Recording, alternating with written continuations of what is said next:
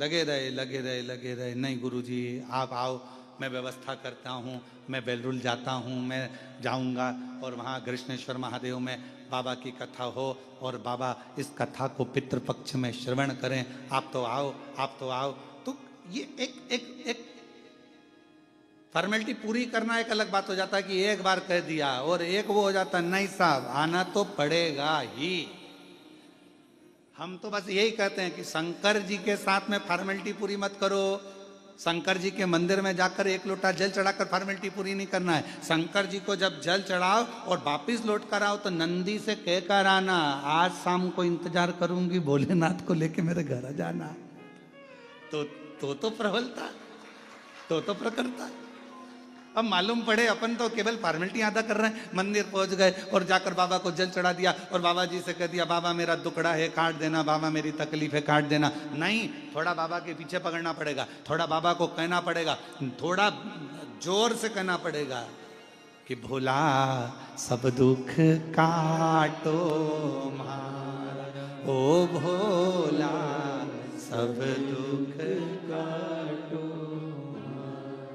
शिव शंकर जपूं तेरी माला, बोले बाबा जपूं तेरी माला, भोला सब दुख काटो, ओ भोला सब दुख काटो।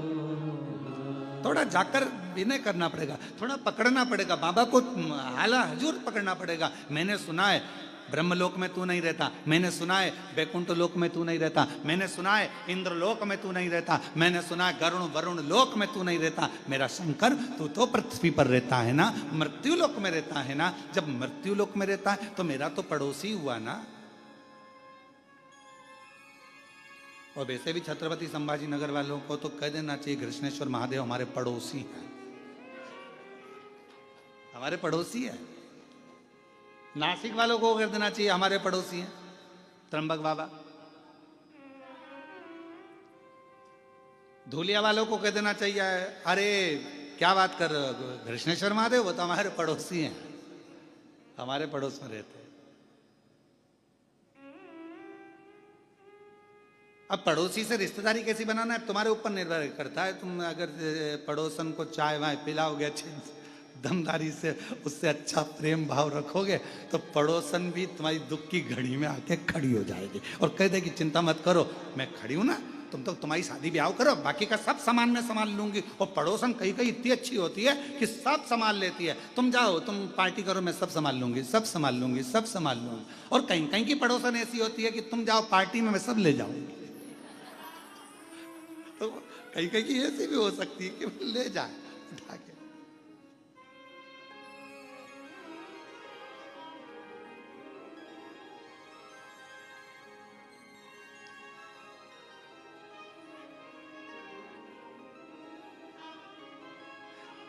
एक परसों के दिन एक भक्त, एक माता जी थी बड़ी बुजुर्ग थी और वो कुबरेश्वर धाम पे आई। हम वहीं थे शाम के समय पर, तो उन्होंने कहा कि गुरु जी, मैंने कहा बोलो जी, तो कहा गुरु जी, हमने कहा बोलो जी, कहा गुरु जी, मैंने कहा बोलो भी जी, कुछ तो बोलो। गुरु जी, मैंने कहा बड़ी दुखी हूं, तो मैंने कहा हमसे मत कहो, जो कुछ कहना है ये सामने जो कुबेर भंडारी बैठे हैं, एक कंकर उठाओ हाथ में रखो, पूजन करो, पूजन कर कर उसको अपने दिल का हाल सुनाओ, वापिस रखो, आरती उतारो और बाबा से कहकर चले जाओ, बाबा स्वीकार कर लेगा। हमसे कहकर क्या कर लो?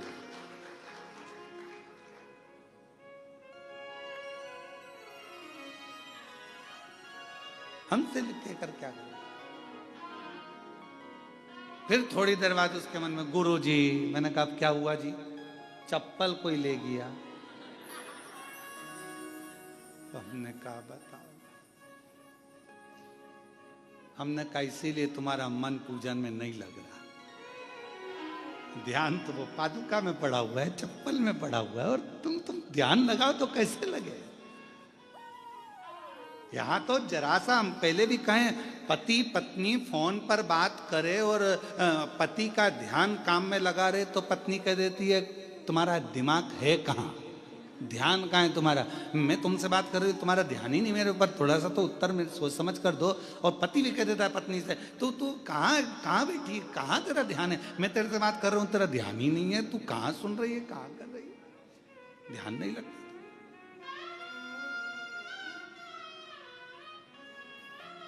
और मैंने तेरे ही भरोसे बाबा, तेरे ही भरोसे हवा बिच उड़ती जावांगी बाबा, डोर हत्तो छड़ी मैं कटी भोले, मैं तेरी शंभू मैं तेरी। तो हमारा और आपका ध्यान का ये उसी में कहा गया, जैसे एक स्टूडेंट उन बैठे थे बहुत सारे, एक टीचर ने एक स्टूडेंट को खड़ा करा, बेटा खड़े हो जाओ, जी सर बोलिए केले के फायदे बताओ। तो उसने कहा सर केले का फायदा ये होता है कि उससे हड्डी मजबूत हो जाती है, और केले के छिलके का फायदा ये होता है कि उससे हड्डी वापस टूट जाती है। टीचर ने कहा बेटा नीचे बैठ जाओ।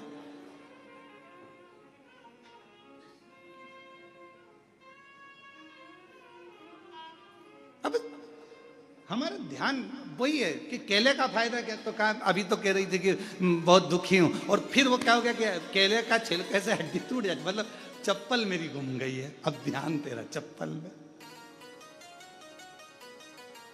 और हम हमेशा कथा में कहते हैं कि अपना सोना चांदी हीरा पन्ना, अपना जितना भी सामान है कीमती कीमती अपने घर छोड़ कर आओ। अगर चप्पल भी तुम्हारी कीमती है तो घर छोड़ कर आओ। यहाँ तो तुम, मेरा बाबा डायमंड हीरा, मेरा शंकर, कोई हमसे पूछे कि तुम्हारी जिंदगी की सबसे बड़ी पूंजी क्या है, तो हम कहते शिव हमारी पूंजी है, शंकर हमारी दौलत है, और जितने ज्योतिर्लिंग है ये मेरा तिजोरी का भंडार है, वहां पहुंचकर जो चाहो वो प्राप्त हो सकता है, जो चाहो।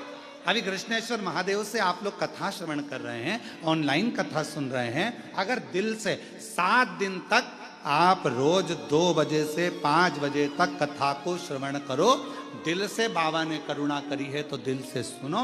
7 दिन के बाद पूरे 16 श्राद्ध नहीं, और जिस कामना से सुन रहे हो बाबा आपकी वो कामना 16वें दिन तक पूर्ण जरूर कर देगा, ये निश्चित है, क्योंकि ये पितृपक्ष की कथा।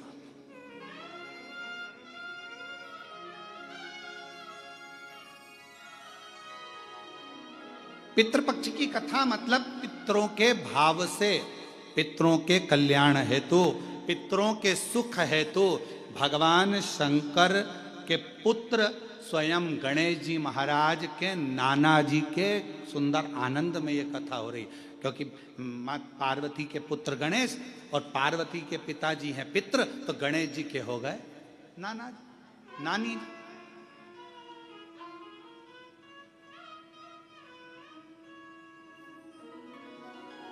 जो कामना कर कर श्रवण कर रहे, जो भाव से श्रवण कर रहे हैं, और पूरे देश विदेश में बैठे हुए शिव भक्त आस्था चैनल पर जो कथा सुन रहे, दिल से श्रवण करें अपने जीवन को आनंदित करने के लिए। पितृलोक बड़ा सुंदर, और बड़ा सुंदर पितृलोक, उस पितृलोक का आनंद भी दूसरा। तो मन नहीं लग रहा हमारा, मन नहीं।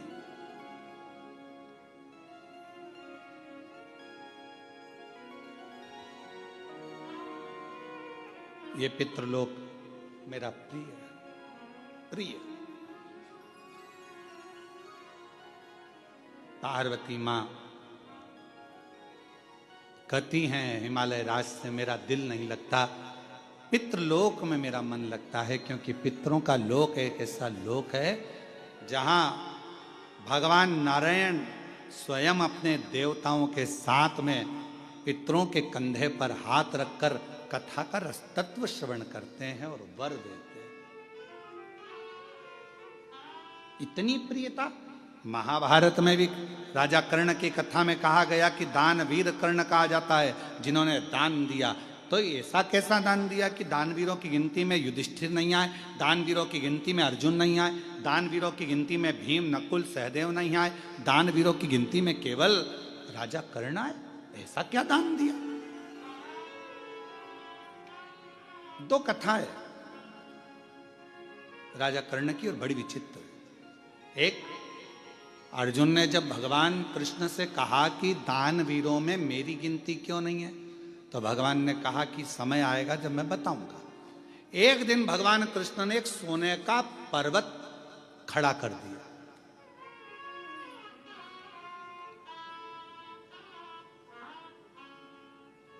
और भगवान कृष्ण ने अर्जुन से कहा, अर्जुन ये सोने का पर्वत है, मेरा मन कह रहा है कि तू एक काम कर, तू सबको सोना दान कर, तेरे हाथों से जा भर भर के दान कर।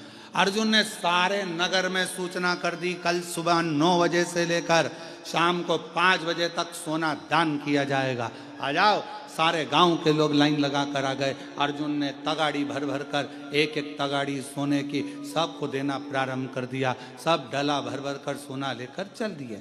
अर्जुन दे देकर थक गया, पर वो सोना खत्म नहीं, समाप्त नहीं।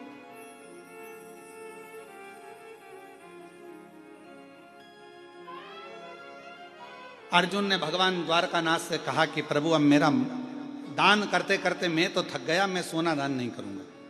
भगवान ने पूछा ठीक है। भगवान ने कर्ण को बुलाया, कर्ण ये सोने का पहाड़ है, दान करना है। कर्ण ने सूचना करवा दी सारे नगर में, कल सोना वितरण होगा, आ जाना और ले जाना। सारे की सारे आ गए, खड़े हो गए। कर्ण ने हाथ जोड़कर बोला, भैया तुम सबको जितना सोना चाहिए, ये पहाड़ है, तुम हो, जिसको जितना चाहिए लेकर चले जाओ। अर्जुन ने कहा, प्रभु वो कर्ण दान कर रहा है, क्या कर रहा है? सबसे कह दिया जिसको जितना चाहिए उठा कर ले जाओ। कर्ण को बुलाया भगवान ने, अर्जुन के सामने पूछा, बेटा कर्ण ये बताओ कि कर्ण तुमने ये सोने का पहाड़, तो कहा प्रभु सोने का पहाड़ मेरा था ही नहीं, तो मैं क्यों टेंशन लूं कि कितना देना है, कितना देना है, मैं क्यों टेंशन लूं? जिसका पहाड़ जो जाने। और दान करने का आपने कहा, तो ये भक्त लेने वाले और आप देने वाले, तो बीच में मैं देने वाला कौन? जिसकी जितनी मर्जी हो भर के ले जाए, मेरा क्या है? अर्जुन स्तुप्त हो गया देखकर, स्तुप्त। कई लोगों की आदत रहती है, किसी के यहाँ सत्यनारायण जी की कथा में जाते हैं और अगर उनको प्रसाद का कटोरा दे दिया जाए कि लो प्रसाद बांटो, तो वो आधी आधी चम्मच बांटेंगे। अरे प्रसाद वाले का प्रसाद तेरा काम है देने का, अच्छा दिया जाए, तो तेरा क्या जाए? अरे तो सबको भी तो देना। आखिरी में सबको देने के चक्कर में इतना सारा प्रसाद बढ़ गया, तो घर का मालिक ही बोला पूरे ही बांट देते, काहे को इतना सारा बचा लिया? हम घर में गिने चुने 4 लोग तो हैं, अब 4 लोग में इतना सारा प्रसाद रह जाएगा, कौन खाएगा, क्या करेंगे? सब बांट।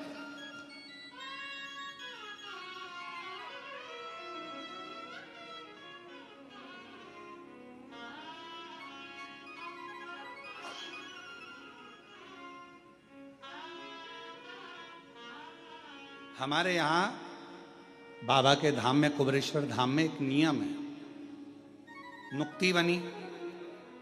नुक्ति जानते हो ना, बूंदी। नुक्ति वही जो पेट में दुखती, ज्यादा खा लो तो बूंदी बने, तो नुक्ति बूंदी बनती है।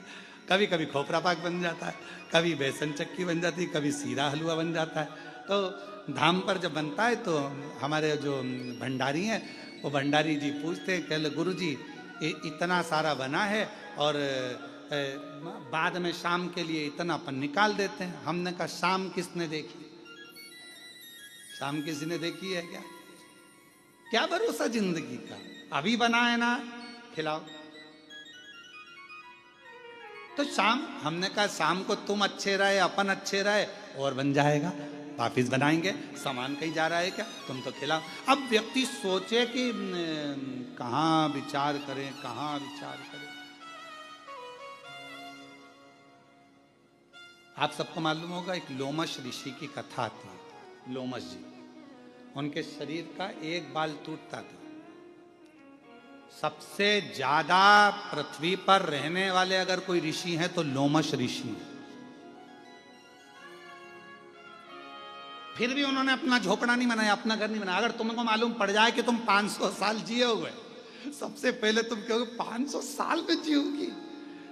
500 साल बनाओ, जरा जोरदार अच्छा महल बनाओ, जोरदार कालीन बिछाओ। 500 साल रहना है तो मकान तो अच्छा होना चाहिए ना, गाड़ी भी जोरदार होना चाहिए, बंगला जोरदार होना चाहिए। अब तुम सबको मालूम है कि 100 साल नहीं जी रहा आज का आदमी, 70-80 में कम निपट जाओ, कौन सा भरोसा है? पहले तो फिर भी सोचा जाता था कि 100 साल तक जिएगा। आज के जमाने में तो कोई भरोसा ही नहीं है कि कब निपट जाएगा। और आजकल तो नई बीमारी, वो अटैक ऐसा हो गया है, हार्ट अटैक, बेचारा कहीं का जिम कर रहा है तो ही आ जाता है, कहीं का खाना खा रहा है तो आ जाता है। अभी एक हमें कोई ने बताया था, आशीष ने, कि एक तमिलनाडु में एक पति पत्नी की शादी हुई और दोनों शादी करके घर के अंदर आए। पहली विदाई बहू की हो रही थी और पत्नी को अटैक आ गया। मालूम पड़ा पति को सूचना मिली, पति को भी अटैक आ गया, दोनों ही निपट गए।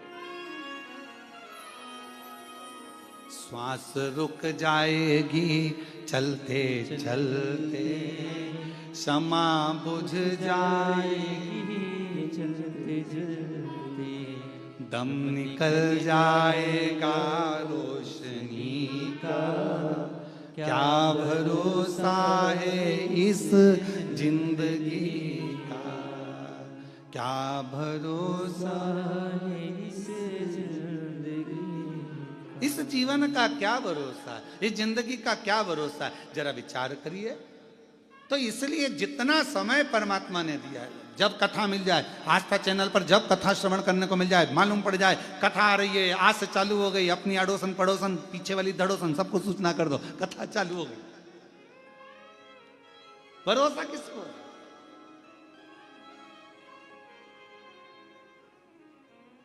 कहीं पहाड़ गिर रहे हैं, कहीं पर्वत गिर रहे हैं, कहीं बाढ़ आ रही है। अभी पंजाब के कई जिले पानी में डूबे पड़े हैं। पंजाब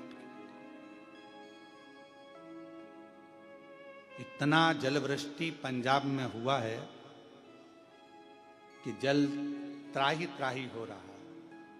इतना पानी चारों तरफ, घरों में, मकानों में, दुकानों में, खेतों में, भोजन तक नहीं, पूरी व्यवस्था प्रशासन की अव्यवस्था हो गई।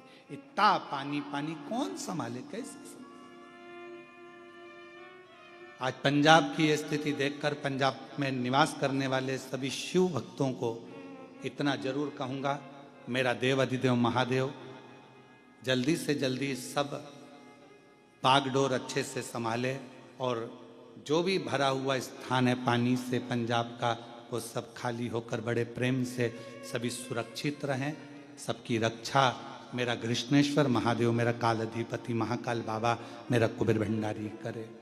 और पंजाब के जितने भी शिव भक्त जो शिव कथा को सुनते आए हैं, अगर आपके क्षेत्र में पानी नहीं है तो हाथ जोड़कर निवेदन करूंगा कि जिन जिन क्षेत्रों में पानी भरा पड़ा है वहां पर शंकर भगवान का नाम लेकर आप विठलेश सेवा समिति की ओर से, कुबेरेश्वर बाबा की ओर से वहाँ भंडारे चलाएं, भोजन कराएं, बच्चों को वस्त्र की व्यवस्था करें।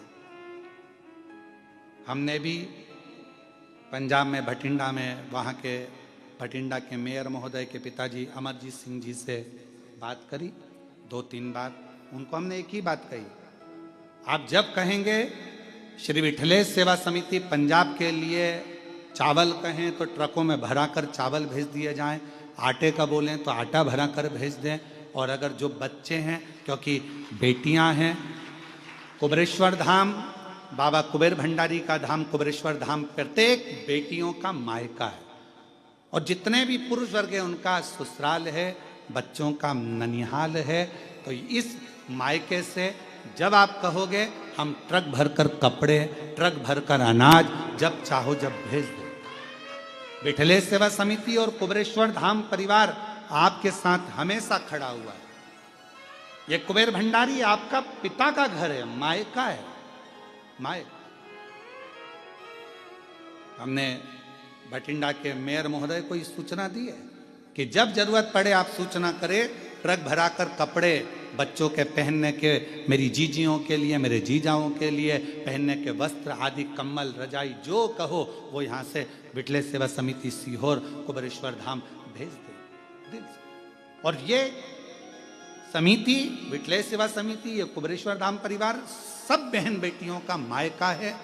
बिल्कुल बेझिझक अगर कोई को भी कुबेरेश्वर धाम से कुछ भी अगर ऐसा लगता है तो जरूर आप धाम पर सूचना करें। सब हमने मेयर महोदय को इस चीज की सूचना पंजाब में दी है, और जब जरूरत पड़े तब कुबेरेश्वर धाम आपके लिए खुला हुआ। और घबराना नहीं बिल्कुल भी पंजाब वालों, रत्ती भर भी घबराना नहीं। वाहे गुरु जी आपके साथ हैं, मेरे भोलेनाथ आपके साथ हैं, और पूरा भारत आपके साथ है। पूरा भारत आपके साथ, बिल्कुल नहीं घबराना। बच्चों को हौसला देना, कोई बात नहीं। पानी में अगर घर चला, पानी में अगर दुकान गई है, टेंशन नहीं लेना। बाबा वाहे गुरु जी सब अच्छा करेंगे, भोलेनाथ जी सब अच्छा करेंगे, सब अच्छा, चिंता ना करें। शिव शिव है, जीवन का कोई भरोसा नहीं। और हम तो बाबा के भरोसे चलते हैं, हम तो बाबा के भरोसे चलते हैं। ये दुनिया वाले जलते हैं, ये दुनिया वाले जलते हैं, हम तो बाबा के भरोसे चलते हैं, हम तो बाबा के भरोसे चलते हैं। काशी वाले के भरोसे चलते हैं, डमरू वाले के भरोसे चलते हैं, सीहोर वाले के भरोसे चलते हैं, कृष्णेश्वर नाथ के भरोसे चलते हैं, हम तो बाबा के भरोसे चलते हैं। ये बाबा की कृपा, ये उसकी उदारता है, जीवन का कोई ठिकाना नहीं। पहली कथा राजा कर्ण की कर रही है कि ये सोने का पहाड़ है, तुम लेने वाले वो देने वाला, मैं बीच में क्यों पढ़ूं कि एक तगाड़ी दूं कि दो तगाड़ी दूं, जिसकी मर्जी होता ले जा। हमने हितेश नारखेड़े जी से कहा कि कथा के यजमान कौन बनेगा, तो हितेश नारखेड़े जी बोले पहले तो कृष्णेश्वर महादेव बनेंगे। ठीक, हमने कहा नहीं वो तो बन गए, फिर पूजन में कौन बैठेगा, तो कि एक पिताजी बैठ जाएंगे, एक हमारे ससुरा जी बैठ जाएंगे। तो हमने कहा ये भी अच्छी बात।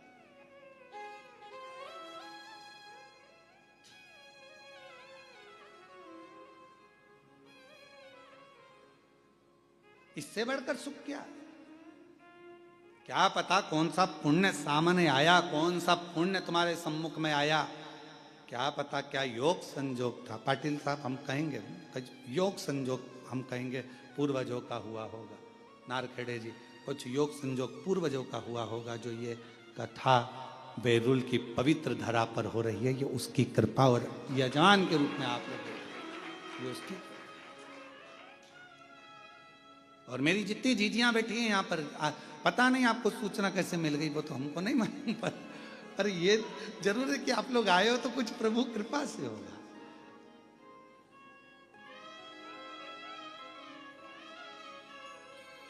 एक जीजी तो पहचान की है कलेक्टर महोदय के यहाँ से, मैं उनको भी बहुत बहुत साधुवाद देता हूँ कि प्रत्येक कथा में आप जब भी आसपास के क्षेत्र में कथा होती है, आपकी श्रद्धा और विश्वास कथा में पहुंचता है। मैं बहुत बहुत धन्यवाद देता हूं आपको। शिव तत्व है, भगवान की अविरल कथा। और महाराज राजा कर्ण की दूसरी कथा कर रही है। एक तरफ तो पूर्ण दान दे देना, और दूसरी तरफ की कथा कर रही है कि राजा कर्ण इतना प्रतिदिन का स्वर्ण दान करता, सोना दान करता, स्वर्ण दान करता, इतना सोना दान करता, रोज प्राण छूटे राजा कर्ण के। गया ऊपर सोने की कचौड़ी, सोने की पूड़ी, सोने का पानी, सोने की जलेबी, सोने का भजिया और सोने का भाजी बड़ा और सोने का ही बड़ा पाव, सब सोने का मिला खाने को। तो राजा कर्ण बोला, मैं सोना कैसे खाऊं, मैं ये सोना कैसे खाऊं, ये मेरे बस का नहीं है सोना खाना, मुझे अन्न दीजिए। अन्न का दान करा तुमने राजा कर्ण, तुमने अन्न का दान नहीं करा, इसलिए तुमको अन्न खाने को नहीं मिला।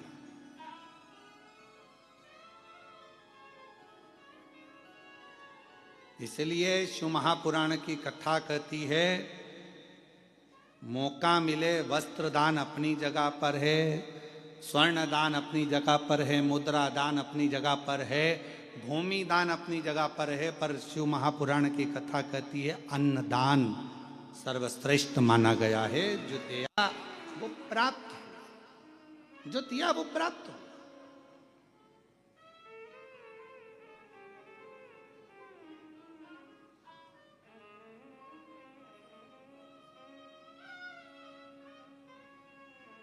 अन्न से बड़ा कुछ दान है ही नहीं। भूखे को भोजन, प्यासे को पानी, जय बाबा बर्फानी।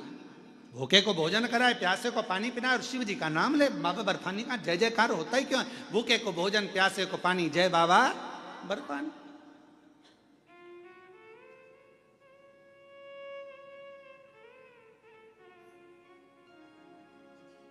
क्यों कुबेरेश्वर धाम पर अन्न का दान दिया जाता है। अन्न का दान कुबेर का भंडार, कुबेरेश्वर धाम की रीत है। वहां जो आता है थोड़ा अन्न लेकर आता है, चावल ले आएगा, गेहूं ले आएगा। जो कुबेरेश्वर धाम पर आता है वो थोड़ा थोड़ा अन्न लेकर आता है। भले आधा किलो लाया, 1 किलो लाया, पर कुबेरेश्वर धाम में आया तो के अन्न का दान और कुबेर का भंडार वहां दिया और वहां लिया, घर पहुंचते पहुंचते प्राप्त हो जाता।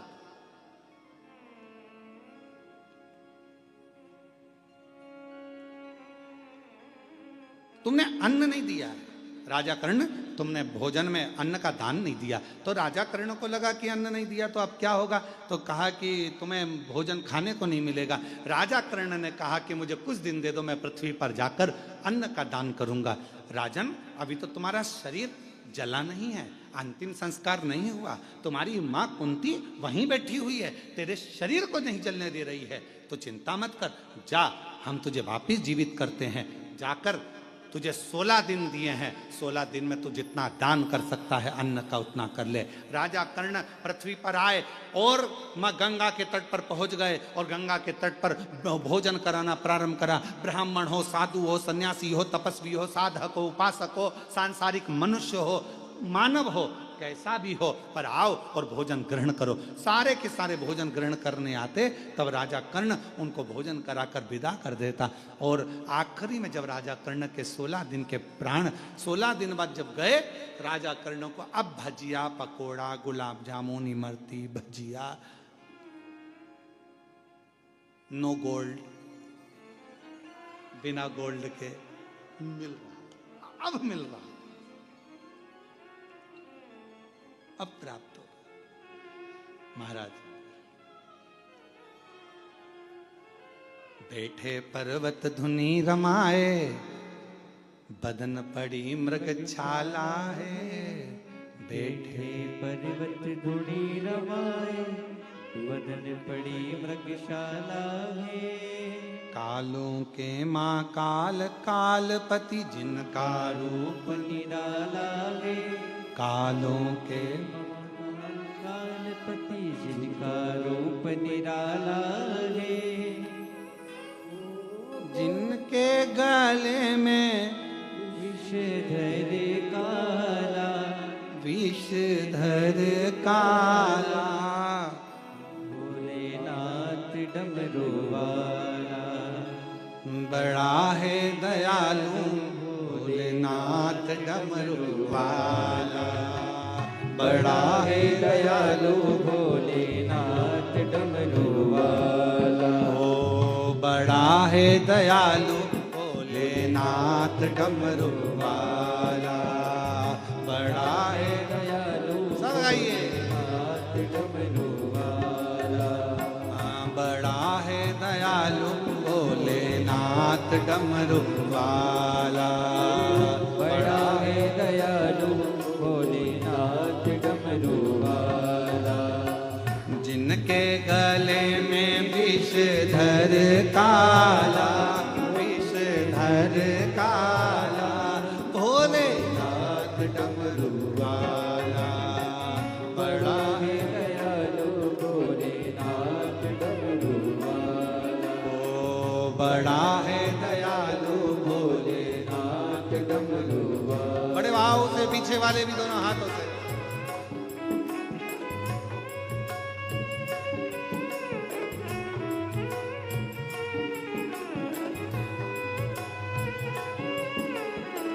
शंभो।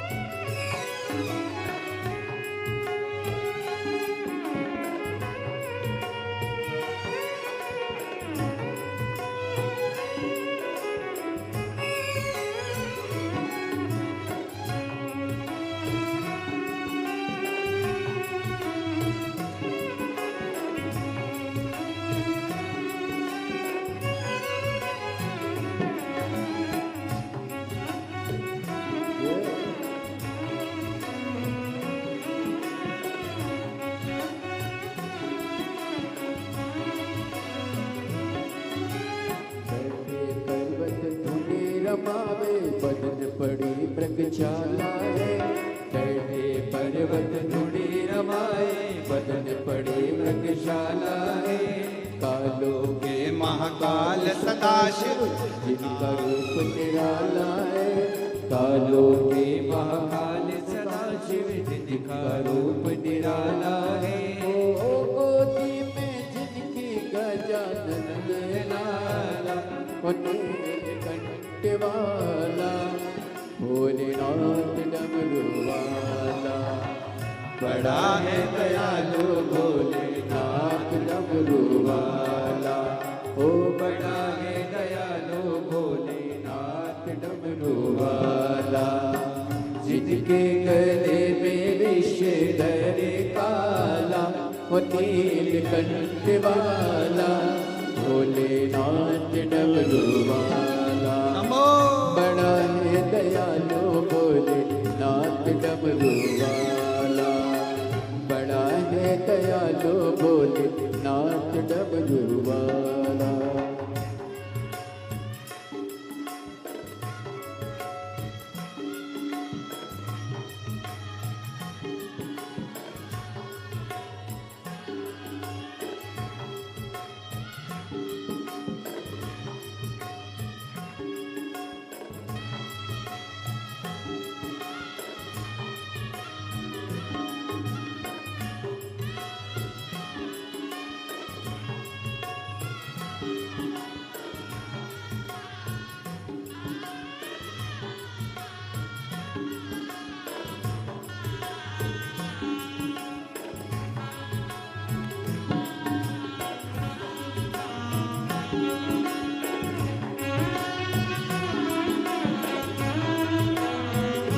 शंभो।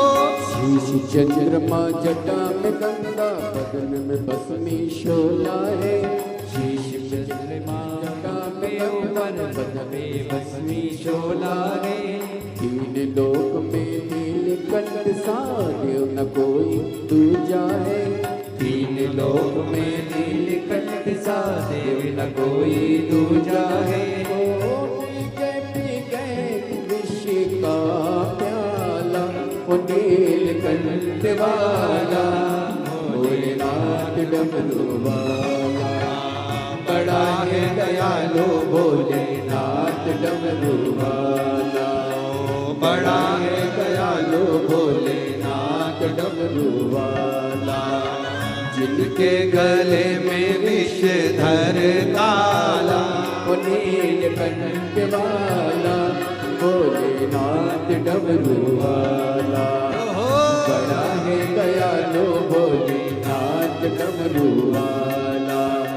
बड़ा है दयालु भोलेनाथ डमरू वाला।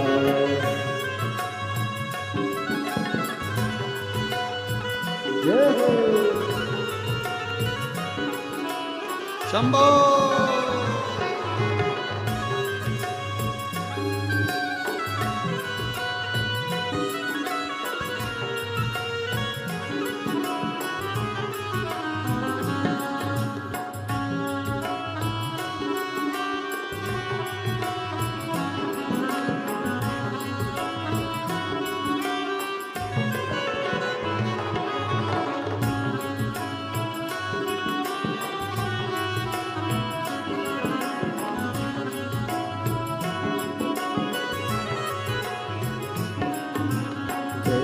पर्वत धुनी रमावे बदन बड़ी मृगशाला है। ओ बेटे पर्वत धुनी रमाए बदन बड़ी मृगशाला है।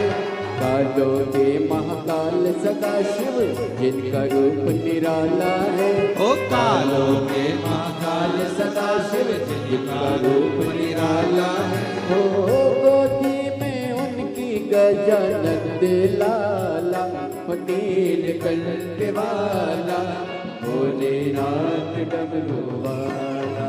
हो बड़ा है दयालु भोलेनाथ डमरू वाला। बड़ा है दयालु भोलेनाथ डमरू वाला। बड़ा है दयालु भोलेनाथ डमरू वाला। बड़ा है दयालु भोलेनाथ डमरू वाला। बड़ा है दयालु भोलेनाथ डमरू वाला। बड़ा है दयालु भोलेनाथ डमरू वाला। बड़ा है दयालु भोलेनाथ डमरू वाला। बड़ा है दयालु भोलेनाथ डमरू वाला। बड़ा है दयालु भोलेनाथ डमरू वाला। बड़ा है दयालु भोलेनाथ डमरू वाला। बड़ा है दयालु भोलेनाथ डमरू वाला। अपने स्थान पर बैठकर भगवान देवाधिदेव महादेव से अपने मन की बात कहें, दिल से प्रार्थना करें, विनय करें, निवेदन करें, विनती करें। जो टीवियों के सामने बैठकर आस्था चैनल पर कथा श्रवण कर रहे हैं वह वहां बैठकर, जो पंडाल में बैठकर कथा सुन रहे हैं वो पंडाल में बैठकर दिल से बाबा को प्रार्थना करें, विनय करें, निवेदन करें। भाव से अपने मन का दिल से बाबा को चरण स्पर्श करते हुए आनंद के साथ विनय करें।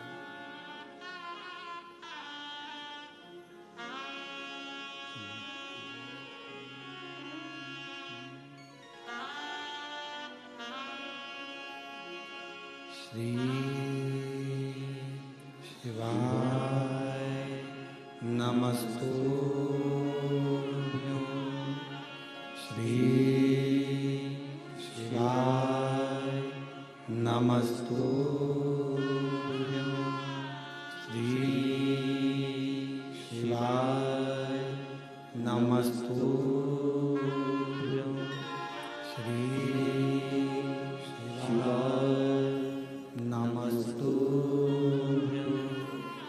श्री शिवाय नमस्तुभ्यं। भोला सब दुख काटो हमारा। ओ भोला सब दुख काटो हमारा। शिव शंकर जपू तेरी माला। भोले बाबा जपू तेरी माला। भोला सब दुख काटो हमारा।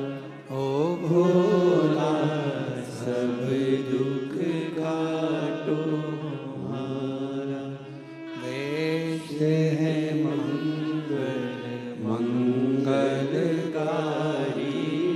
वैश्य है मंगलकारी।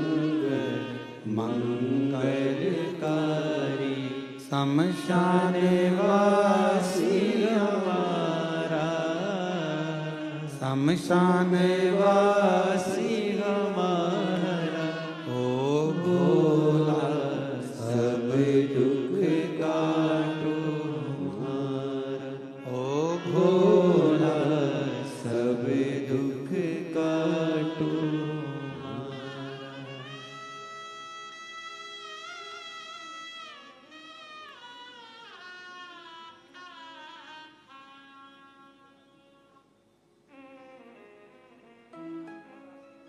बाबा देवाधिदेव महादेव, भगवान शिव, ओगढ़दानी, त्रिकालदर्शी, कैलाशी, अविनाशी, भगवान शंकर की पवित्र कथा शिव महापुराण वर्णन कर रही है।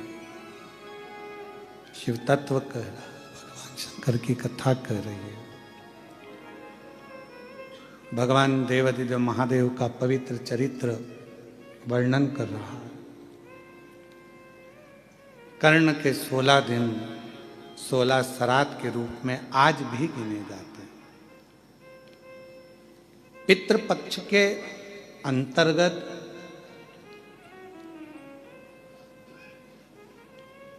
अगर पितरों की प्रसन्नता का ध्यान रखा जाता है तो उसमें सबसे मूल होता है गाय का गोबर की अलोनी जो बनाते हो, कंडा गोबरी, और उस गोबरी में उस कंडे पर जलाने के बाद उसमें घी और गुड़ या शक्कर मिलाकर उसकी धूप देना, ये बड़ा मूल।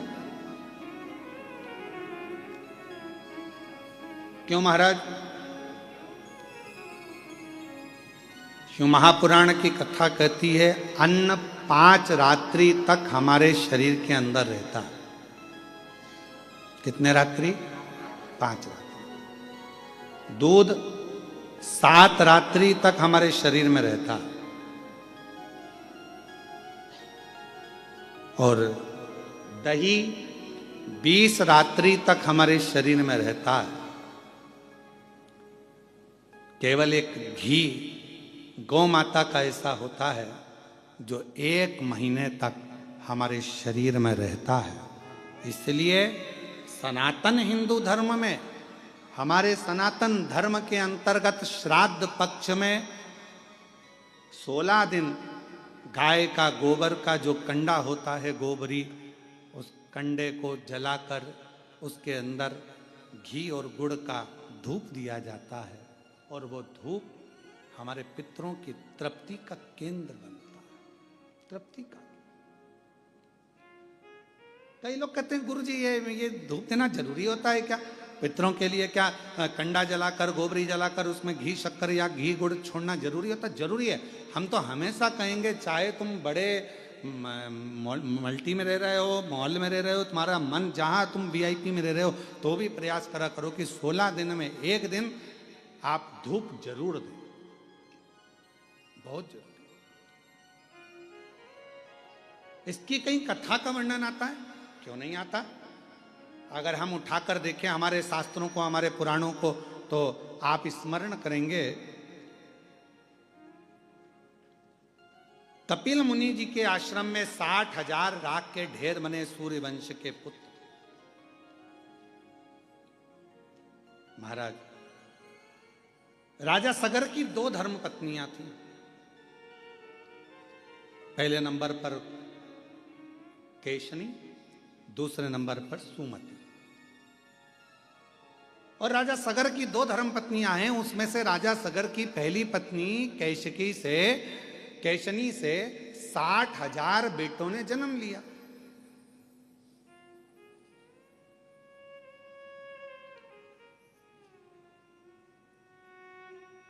अब कई लोगों के मन में एक प्रश्न खड़ा हो जाता है, गुरुजी, एक बच्चे को नारी जन्म देती है तो उसकी स्थिति क्या रहती है, और आप कह रहे हो कि 60,000 पुत्र को जन्म? तो मेरी जीजियों, मेरी बहुओं, बेटियों, मेरी माताओं, मेरी बहनों, एक बात का स्मरण रखना कि पूर्व में संतान प्राप्ति के लिए बहुत सारे व्रत होते थे और उन व्रतों में तब साधना का जब बल बढ़ता था तो गर्भ का कष्ट नहीं होता था और मां अपने बच्चों को जन्म दे देती थी उस तप बल के पर। आज भी आप लोग देखिए विदेशों में क्या होता है। विदेशों में 2 तरह के हॉस्पिटल बने हुए, एक जगह पर लिखा हुआ है यहां नॉर्मल डिलीवरी होती है, जापा होता है, और एक जगह पर लिखा था यहां ऑपरेशन से बच्चे होते हैं। अब जो भारत से गया हुआ एक व्यक्ति था, संत था, उसने जाकर पूछा भैया कि यहाँ ऑपरेशन से बच्चे होते हैं, यहाँ की फीस कितनी है? तो कहा यहाँ पर फीस लगती है मात्र 60,000 रुपये, 50,000 60,000 रुपये फीस। अब जो नॉर्मल डिलीवरी होती है वहां गए तो उनसे पूछा भैया यहाँ तुमने लिखा कि नॉर्मल डिलीवरी होती है, नॉर्मल जापा होता है, यहाँ कितना पैसा लगता है? तो कहा 3.5 लाख रुपए लगते हैं।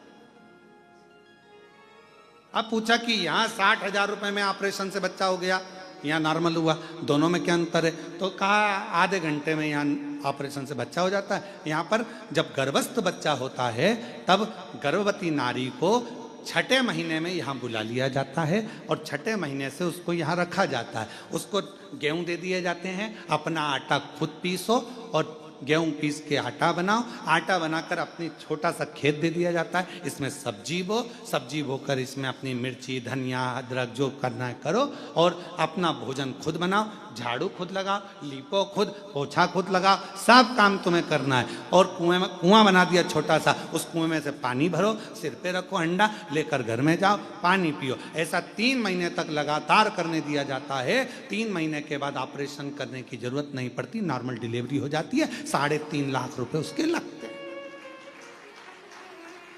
अब हमारे यहाँ तो सास वन बेचारी कह दे कि काम कर ले, जापे के समय पर सास कह दे, माँ कह दे बेटा थोड़ा काम कर ले, अभी जापे का समय। तो मम्मी डॉक्टर ने कहा बेड रेस्ट, मम्मी डॉक्टर बोला बेड रेस्ट, तो डॉक्टर बोला बेड रेस्ट, तो बढ़िया पलंग पर और हाथ में मोबाइल और आवाज लगा चाय लाना। अब बेचारी जो घर में काम करे बेचारी चाय ला कर दे, लाओ जरा ये लाना, वो बेचारी वो ला कर दे, वो मोबाइल देख रही और मोबाइल में देख रही ना जाने कौन कौन से नाटक और जी हारे सो, ना जाने कौन सा सास भी कभी बहू थी। अब मालूम पड़े पूरे नाटक में, पूरे इतने नाटक चले, सब में जितने मिले सब रोते ही मिले। तो औलाद ऐसी पैदा हुई कि उसको जमीन पे छोड़ो तो पे करे और गोदी में बिठाओ तो चुप रहे। अब किसी महाराज जी से पूछने गई, महाराज जी हमारा बच्चा बड़ा चिड़चिड़ा हो गया, इसको गोदी में रखती तो चुप रहता है और नीचे रखो तो रोता है। महाराज जी बोले ये बताओ कि मोबाइल में जब गर्भ में था तो मोबाइल में कितने सीरियल देखे थे? सब कुमकुम भाग और ये भाग वो दिन भर औलाद, जैसे नाटक में एक ना एक रोती मिले, ऐसी औलाद रोती मिले, 24 घंटे रोए 24। और कभी कभी फिर मम्मी चिढ़ जाए, उसकी मत धो दे लपक के, खूब धो, चुप हो जा चुप हो जा। इतने में पिताजी आ जाए, क्यों मार रही है बेचारे को, क्यों मार रही है? लो तुम चुप कर लो। अब बोले भाई, तो किसी किसी के मन में आता है, ये प्रश्न खड़ा हो जाता है, 60,000 राजा सगर की पहली पत्नी केशनी से 60,000 बच्चे, तब साधना बल उपासना ये प्रबल थी। और दूसरी पत्नी से सुमति से एक पुत्र हुआ राजा सगर। समय आया, राजा सगर ने एक यज्ञ रखा अश्वमेघ। उस अश्वमेघ यज्ञ के घोड़े को इंद्र चुरा कर ले गए और उनको कपिल मुनि के आश्रम में बांध दिया।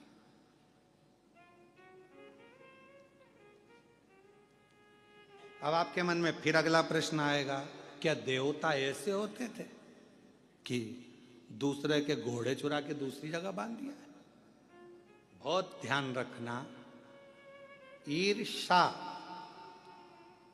एक शब्द ऐसा है जो किसी को भी बढ़ते हुए नहीं देख सकता। आप उन्नति की सीढ़ी पर चढ़ोगे, आपको वो देख नहीं पाएगा। ईर्षा, ईर्षा एक शब्द ऐसा है जो किसी को बढ़ता हुआ नहीं देख सकता।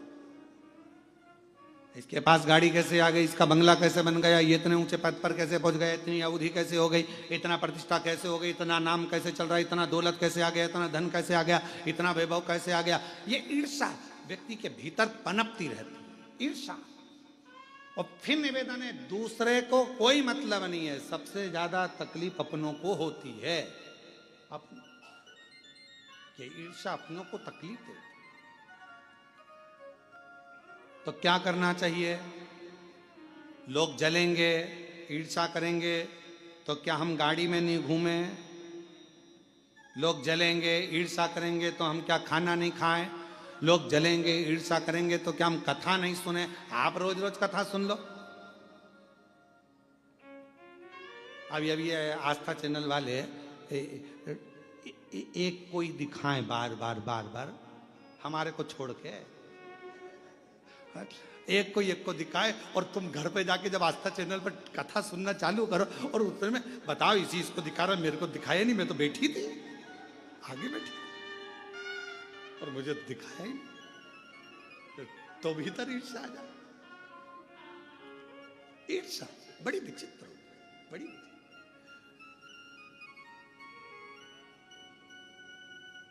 और कभी ऐसा होता है, पूछना है ना, आस्था वाले बच्चे लोग यहाँ सेवा करते हैं ना, इनसे पूछना कि अरे कहीं कहीं झगड़ा होता है। कभी ऐसे श्रोता आते हैं कि वो कहते हैं तुम तो महाराज जी महाराज को दिखा रहे हो, हमको तो दिखाया ही नहीं। कई बार ऐसा भी हो जाता। अब ईर्षा, इंद्र ने घोड़ा लिया अश्वमेध यज्ञ का, उसको कपिल मुनि के आश्रम में बांध दिया। कपिल मुनि के आश्रम में बांधा तो राजा सगर जी ने अपने 60,000 बेटों से कहा कि बेटा जाओ, अश्वमेध यज्ञ का घोड़ा पकड़ लिया है, जरा जाकर देखो और उसको छुड़ा कर लाओ। 60,000 पुत्र राजा सगर के चले और राजा सगर के पुत्रों ने सब जगह पर अश्वमेध यज्ञ के घोड़े को ढूंढना प्रारंभ। बहुत सावधानी से सुनिएगा, यह कथा पितृपक्ष की और शिव महापुराण की यह पितृपक्ष की यह कथा जीवन का आनंद देने वाली। बहुत सावधानी से सुनिएगा कि गाय के गोबर का कंडा पर, गोबरी पर घी गुड़ छोड़ने का लाभ क्या है, जरा ध्यान से सुनना इस कथा का। बड़ी विशेष कथा है और प्रत्येक व्यक्ति को पितृपक्ष में सुनना चाहिए इस कथा को। हम तो कहेंगे प्रत्येक व्यक्ति।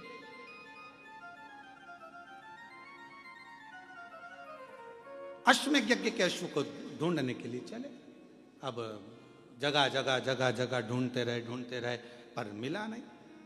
आखिरी में कहीं सूचना मिली कि कपिल मुनि के आश्रम में 60,000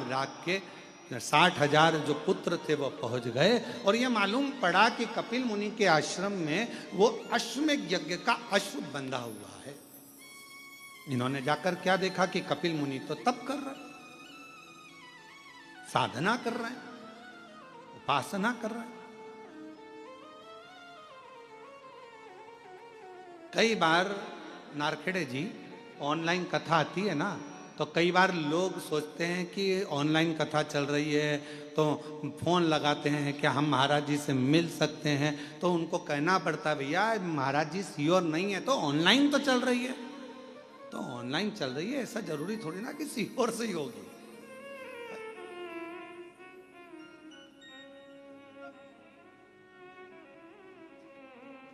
अब ऑनलाइन कथा कहां से हो रही, तो भैया बताना, कृष्णेश्वर धाम में बेरुल से हो रही है, पर निवेदन है तुम मत आना। निवेदन तुम अपने अपने घर से सुनना।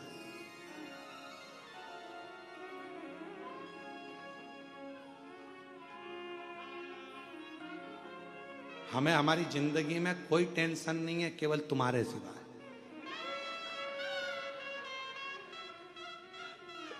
एक टेंशन भारी है, एक सूचना मिल जाए कि यहां कथा हो रही है, जैसे शक्कर का डब्बा चीटी सूंघती आ जाती है वैसे लोग पहुंच जाते हैं। एक टेंशन और केवल ये सीवर वाले महाराज का टेंशन नहीं, पूरी प्रशासन का भी टेंशन यही रहता है। ये ध्यान क्यों ऐसा है, ऐसा क्यों है? उसका एक कारण है कि मेरे शंकर भगवान ने तुम्हारी झोली इतनी भर दी कि बाबा इसको खाली नहीं रखा। शिव महापुराण का नियम ही यही है। शिव महापुराण के पंडाल में बाबा उसी को बुलाता है जिसकी गोदी भरना होती है या बाबा को कुछ देना होता है तो बुलाता ही नहीं है। फिर हम फिर कह रहे हैं कि ये कथा यहाँ पहुंची क्यों, तो ये समझ में नहीं आ रहा। अब हमको नहीं समझ में आया। रात को हम भी विचार कर रहे थे कि ऐसा क्या है कि ये कथा कृष्णेश्वर पहुंच गई ऑनलाइन होती होती। मतलब कुछ ना कुछ तुम जितने बैठे हो ना, कुछ ना कुछ तुम्हें फैमिली गिफ्ट मिलने वाला है, कुछ ना कुछ वाला। और तेरी कृपा का क्या है भरोसा, कब किस पर हो जाए जरा सी हम पर कर दो, जरा सी हम पर कर दो। जिस पर भी हो गई तेरी कृपा करुणा वो भव पार हुआ, भव पार हुआ।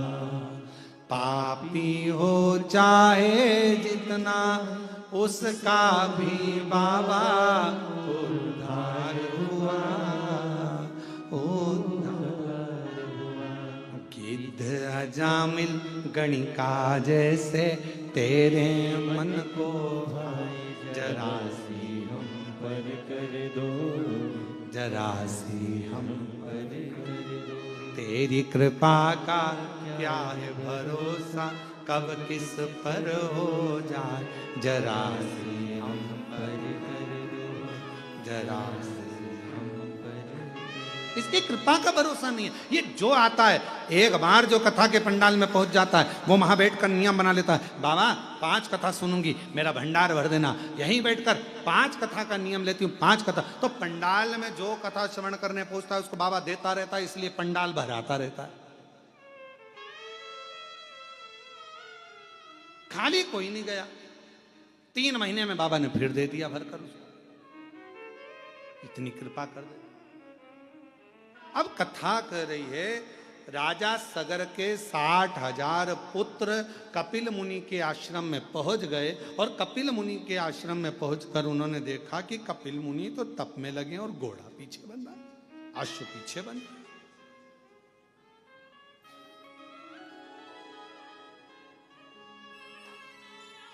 अश्व पीछे। कई बार ऐसा होता है, कोई तप करने बैठता है, आंख बंद करके भजन करने बैठता है तो ऐसा लगता है कि ये तो बेवकूफ बना रहा। नेत्र बंद है, साधना में डूबा हुआ है, भजन में डूबा हुआ है, स्मरण में डूबा हुआ है। नहीं भाई, वो कहीं ना कहीं उसको भक्ति खींच ली है, शिव की भक्ति ने उसको पकड़ लिया, शंकर की शिव भक्त।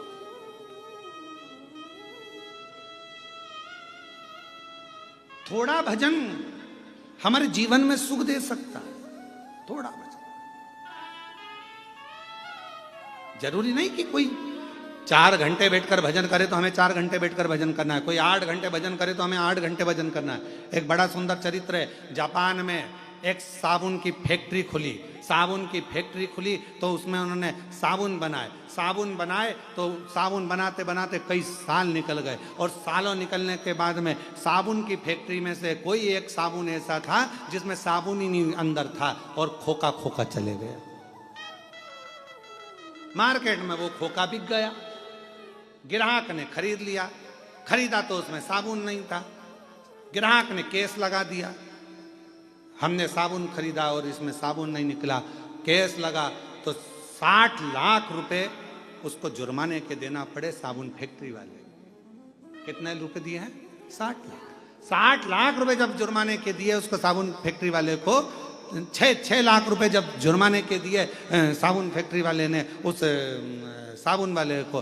तो साबुन फैक्ट्री के मालिक को लगा कि ऐसे तो अपने को दिवाला लग जाएगा, एक आध भी साबुन गड़बड़ हुआ तो हर बार केस लगेगा, करें क्या। तो इतने में उसने सोचा कि एक काम करता हूँ, एक एक्सरे मशीन लेके आता हूँ, साबुन का एक्सरे करेगी, कोई ऐसी मशीन लाऊं जिससे वो एक्सरे में मालूम पड़ जाए कि साबुन भरा है कि खाली है। उसने एक्सरे मशीन बुलवाई, 3,82,00,000 रुपए की एक्सरे मशीन उस समय पर जापान में उन्होंने लगाई।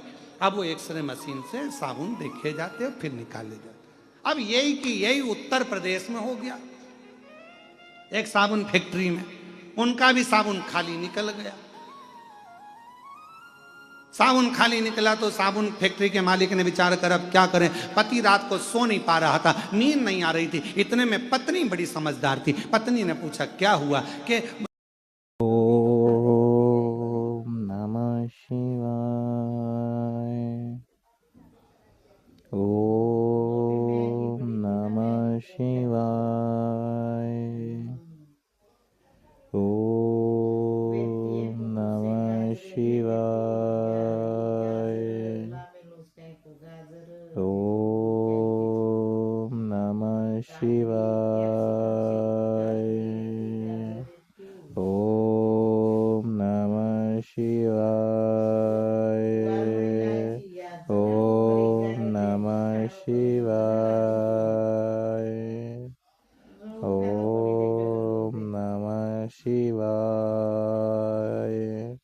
ओम नमः शिवाय। ओम नमः शिवाय।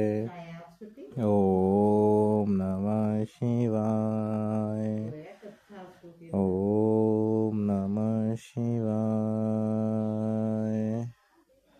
ओम नमः शिवाय। ओम नमः शिवाय। ओम नमः शिवाय। ओम नमः शिवाय। ओम नमः शिवाय। ओम नमः शिवाय।